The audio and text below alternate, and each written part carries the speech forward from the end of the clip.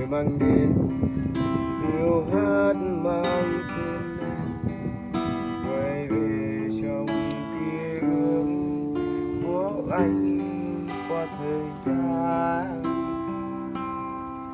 Chiều lặng nhiên nghe gió đông mùa bay, nhớ là bao nỗi nhớ cuốn anh rồi đâu. Ngày gió đang hát và mang tên nỗi nhớ, quên nỗi lo quên hết suy tư một nơi.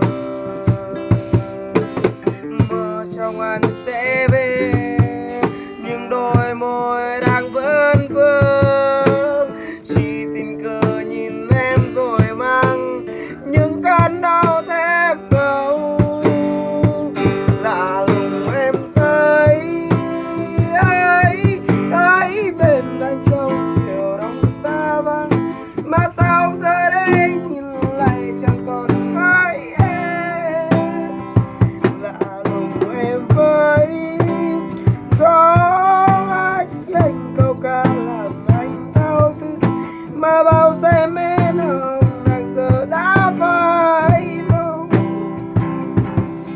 Kìa nắng ngập tràn như giấc mơ vội bay, cả thế cuộc đời lẻ loi tôi mình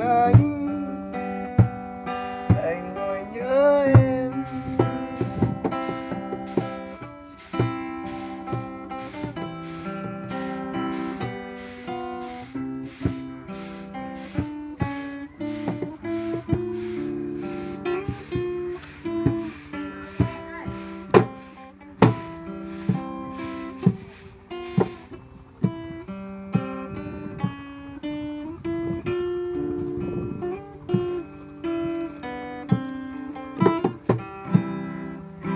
Gió đang hát và mang tên nỗi nhớ, quên nó lo quên hết khi từ một đời.